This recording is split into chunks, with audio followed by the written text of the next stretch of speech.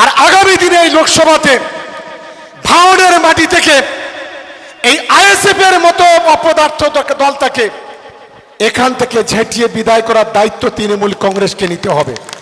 কি কারা পারবেন একটু হাত তুলুন তো ভাই, দেখি একটু হাত তুলুন দেখি সবাই এদিকে। কি আমরা জোরে বলতে হবে, পারবো তো? এই লড়াইটা গর্জনটা চাই। মানে খাবি কিনে পাগলি ঝাঁঝে মরে যাবে, ওকে ঝাঁঝে মেরে দিতে হবে, ওর চরিত্রটা মানুষের কাছে তুলে ধরতে হবে। আর এ হচ্ছে আরেকটা কথা বলি শুনুন, এ বিজেপির দালাল, এ বিজেপির দালাল কি করে? বিধানসভাতে গিয়ে শুভেন্দুর পাশে বসে ছবি তোলে, যারা গোটা দেশ জুড়ে আজকে সাম্প্রদায়িক দাঙ্গা বাঁধাচ্ছে, যারা গোটা দেশ জুড়ে মসজিদ মন্দির গির্জা ভাঙছে, তুমি একজন পীরের ছেলে বলে দাবি করো, তুমি আজকের শুভেন্দুর সাথে যখন কোলাকুলি করো, একবার ভেবে দেখেছো এ কোন পার্টির মানুষ?